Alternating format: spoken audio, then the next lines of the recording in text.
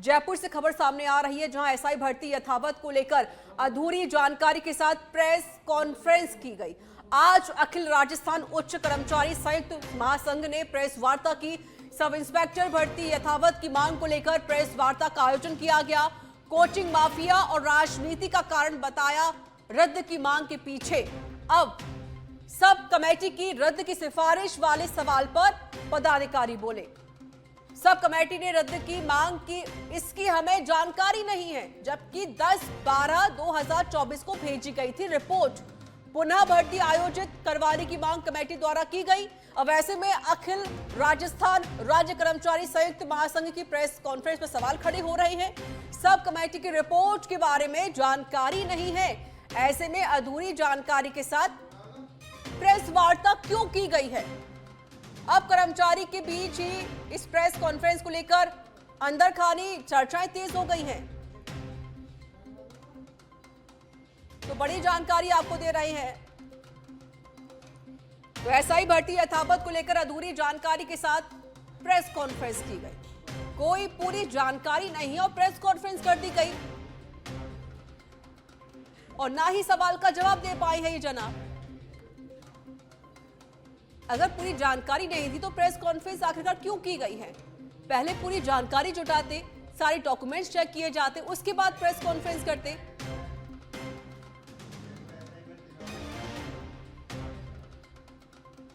बता दें कि अखिल राजस्थान राज्य कर्मचारी संयुक्त महासंघ ने आज प्रेस कॉन्फ्रेंस की थी, वो भी अधूरे ज्ञान के साथ। हालांकि पूरी जानकारी देना जरूरी था, लेकिन पूरी जानकारी नहीं दी गई। सब इंस्पेक्टर भर्ती यथावत की मांग को लेकर प्रेस कॉन्फ्रेंस का आज आयोजन किया गया था। कहा कि कोचिंग माफिया और राजनीति का कारण बताया है रद्द की मांग। यानी वो ये कह रहे हैं कि जो एसआई भर्ती को जो रद्द करने की बात कही जा रही है, वो सिर्फ कोचिंग माफिया और जो पॉलिटिशियंस है उनकी वजह से हो रही है। संवाददाता कुणाल भटनागर जुड़ गए फोन लाइन पर। कुणाल, जब पूरी जानकारी ही नहीं तो आधी अधूरी जानकारी पर प्रेस कॉन्फ्रेंस क्यों की गई? क्योंकि इस बारे में तो जो पदाधिकारी हैं संघ से जुड़े, इस बारे में तो वही जानकारी दे सकते हैं। क्योंकि जब हमने सवाल पूछा कि सब कमेटी के द्वारा भी रद्द की सिफारिश की गई है, तो जो पदाधिकारी से प्रेस कॉन्फ्रेंस में, तो उन्होंने कहा कि इस बारे में हमें जानकारी नहीं है। जबकि यथावत को लेकर आज ये कर्मचारियों का बड़ा संगठन है।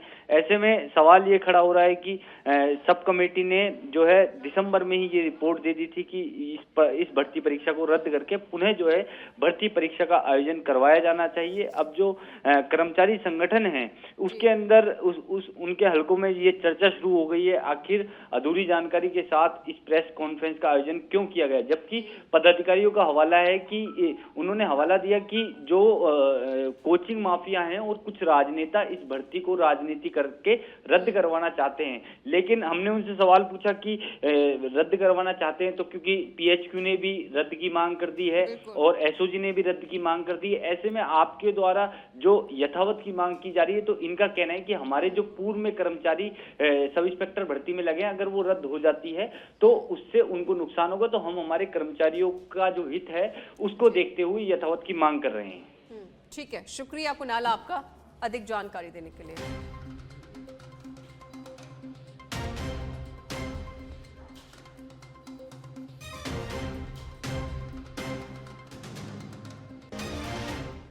इस वक्त की एक और बड़ी खबर है। बीजेपी विधायक कंवर लाल मीणा की विधायकी को लेकर अब प्रदेश में सियासत गर्मा गई है।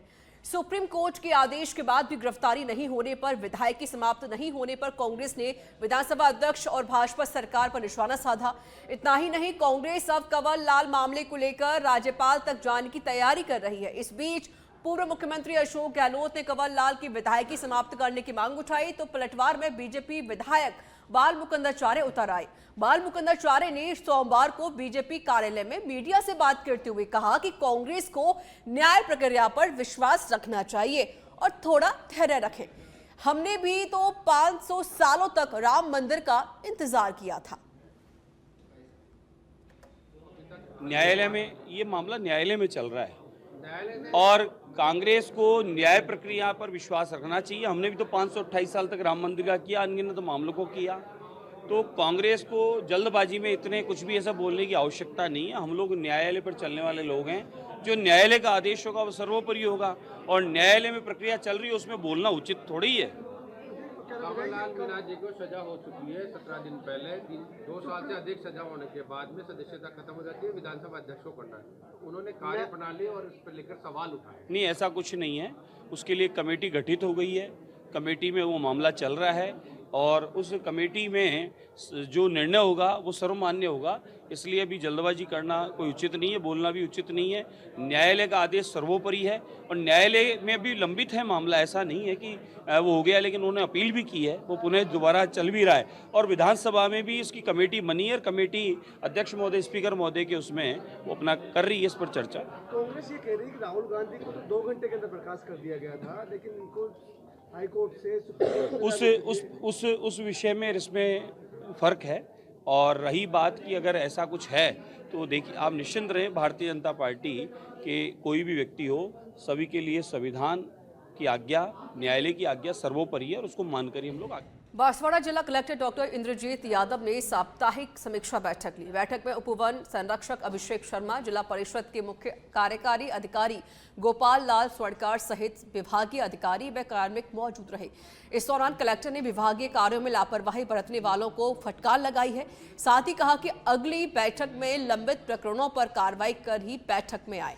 इसके साथ ही कार्य में कम प्रगति पर सभी विकास अधिकारियों को प्राथमिकता के साथ काम करने के निर्देश दिए। खैरतर तिजारा के भिवाड़ी के काली खोली धाम स्थित बाबा मोहन राम मंदिर के दुकानों में आग लग गई। शॉर्ट सर्किट से शुरू हुई आग एक दुकान से दूसरी दुकान तक फैल गई। इस हादसे में 10 दुकानें पूरी तरह से जल गई हैं। रिको फायर स्टेशन से 3 और नगर निगम से 2 दमकल गाड़ियां मौके पर पहुंची और आग पर काबू पाया जा सका।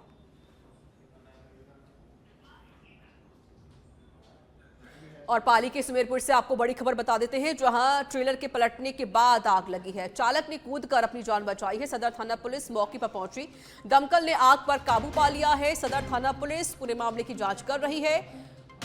ओमावा पुलिया के पास की घटना बताई जा रही है।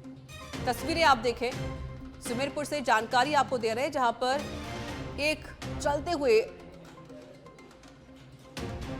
ट्रेलर में आग लगी है। चालक ने कूदकर अपनी जान बचाई। झुंझुनू के नवलगढ़ क्षेत्र के बलवंतपुरा गांव के युवक मोहित की मर्चेंट नेवी के जहाज पर संदिग्ध परिस्थितियों में मौत हो गई। मोहित की मौत 15 मई को जहाज पर बताई जा रही है, जबकि 4 दिन बाद उसका शव एम्बुलेंस के जरिए गांव पहुंचा। परिजनों ने मौत को संदिग्ध बताते हुए शव लेने से इनकार कर दिया और एम्बुलेंस में ही शव को लेकर थाने पहुंचे। परिजनों ने शव संचालक, एजेंट और शव रिसीव करने वाले व्यक्ति के खिलाफ शिकायत दर्ज कराते हुए मामले की निष्पक्ष जांच की मांग की है।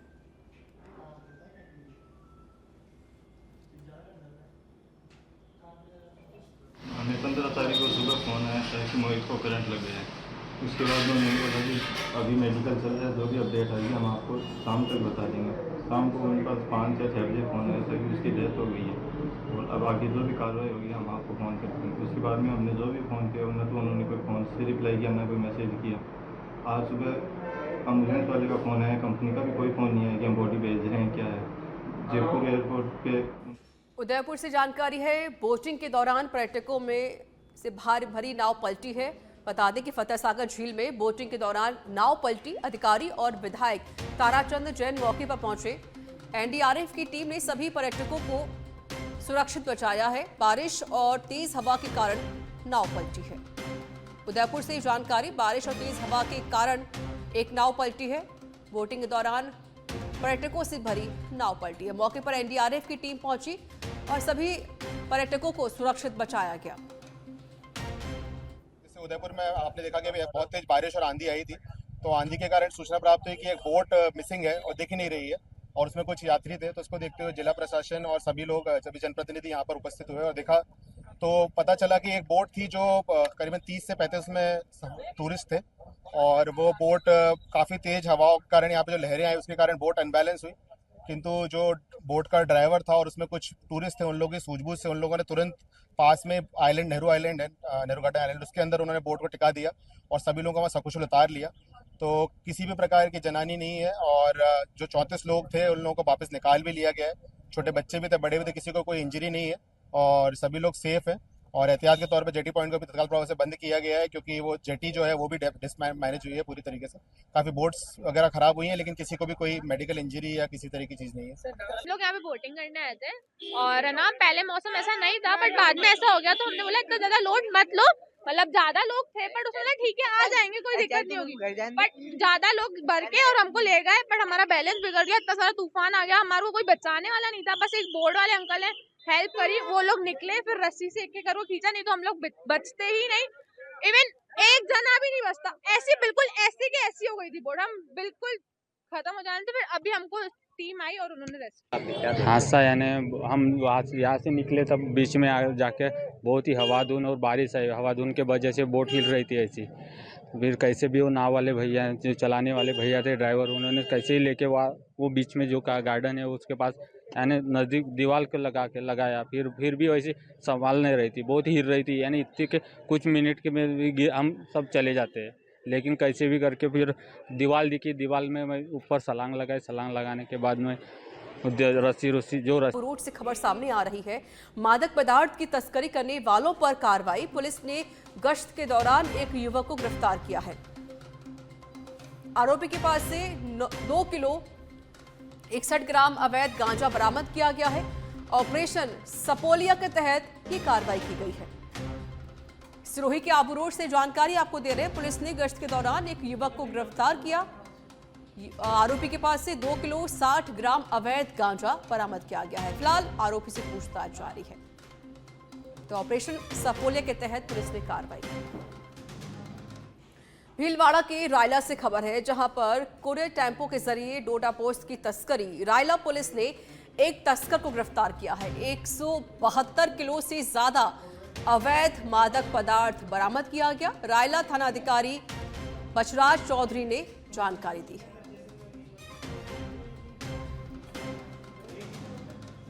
पुष्कर नगर परिषद के आयुक्त जनार्दन शर्मा के आदेश पर ब्रह्मा मंदिर में क्षेत्र से दुकानों के आगे से अस्थायी अतिक्रमण हटाया गया है। इस दौरान नगर परिषद के दस्ते ने खादी ग्रामोद्योग के सामने से कई दुकानदारों का सामान भी जब्त किया। तो वही अतिक्रमण की कार्रवाई से पुष्कर के बाजारों में हड़कंप है। इस दौरान आयुक्त जनार्दन शर्मा ने कहा कि पुष्कर के मुख्य बाजारों से रोजाना निरंतर रूप से अस्थायी अतिक्रमण हटाने की कार्रवाई की जाएगी। आज नगर परिषद की टीम ने अपने ब्रह्मा मंदिर के सामने जो मार्केट है, यहाँ बहुत सारा अस्थायी अतिक्रमण हो रहा है। वैसे नगर परिषद निरंतर कार्रवाई करती रहती है, लेकिन ये क्या है, आवश्यकता भी निरंतर कार्रवाई की है, क्योंकि ये लोग अपने तख्ते कुर्सियाँ लगा के रख देते हैं। तो जो भी तीर्थयात्री धर्मालु जो भी लोग आते हैं, उनको प्रसाद के लिए फोर्स करना और कई तरीके से उनको असुविधा करते हैं। तो आज हमने 1 ट्रैक्टर से अधिक सामग्री इनकी जब्त की है और ये कार्रवाई निरंतर जारी रहेगी। या तो अपने स्तर पर ये अस्थायी अतिक्रमण को हटा लें या हम पूरे मार्केट को ही साफ करेंगे। देखिए आज नगर झुंझुनू की नवलगढ़ पुलिस ने पिछले दिनों 8 साल की बच्ची के साथ दुष्कर्म मामले में एक आरोपी को गिरफ्तार किया था, जिसके बाद अब पुलिस ने एक और खुलासा कर दिया है। पुलिस के मुताबिक आरोपी पहले भी ऐसी एक और वारदात को अंजाम दे चुका था। आरोपी के मोबाइल से काफी चौंकाने वाले सबूत मिले हैं। वह जिस एक युवती के साथ लिव इन रिलेशनशिप में रह रहा था, उसके साथ भी अश्लील वीडियोस बना रखे थे। इसके अलावा वह इंटरनेट पर पुलिस से बचने के तरीके ढूंढ रहा था।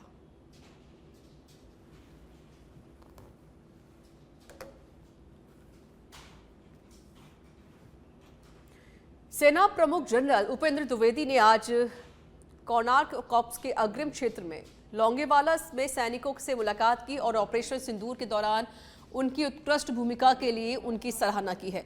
उन्होंने भारतीय वायुसेना और सीमा सुरक्षा बल के साथ संयुक्त कार्रवाइयों का जायजा भी लिया। सेना प्रमुख ने कोणार्क कॉर्प्स के सैनिकों के साथ बातचीत करते हुए उनकी बहादुरी, समर्पण और दृढ़ संकल्प की सराहना करते हुए शाबाश कहा। उन्होंने दुश्मन के ड्रोन घुसपैठ को सफलतापूर्वक नाकाम करने वाले सैनिकों को भी विशेष रूप से सम्मानित किया। जनरल द्विवेदी ने कमांडो और इकाइयों के पेशेवर रवैये, उच्च मनोबल और संयुक्त संचालन के लिए भी प्रशंसा की है। उन्होंने भारतीय सेना की परंपरा और भविष्य की चुनौतियों का सामना करने की तत्परता को दोहराया। साथ ही देश की सीमाओं की सुरक्षा के प्रति प्रतिबद्धता जताई। गर्मियों के तीव्र तपिश में रेगिस्तानी इलाकों में सेवा दे रहे सैनिकों की हिम्मत की भी उन्होंने सराहना की और पूरे देश की ओर से उनका आभार व्यक्त किया। इस अवसर पर बीएसएफ के ने सुधीर चौधरी, एसपी जैसलमेर और अन्य सेना अधिकारियों को ऑपरेशन सिंदूर में और उत्कृष्ट कार्य करने के लिए सेना प्रमुख की प्रशंसा पत्र से सम्मानित किया है। जिलाधिकारी प्रताप सिंह और आईजी बीएसएफ भी इस कार्यक्रम में मौजूद रहे। तो देखिए, उन्होंने सेना की बहादुरी को सलाम किया और साथ ही बता दें कि उपेंद्र द्विवेदी ने सेना ने जिस तरीके से ऑपरेशन सिंदूर को सफल बनाया उसको लेकर भी तारीफ की और पूरे देश की तरफ से सभी को सम्मान किया गया और उनको शुभकामनाएं भी दी।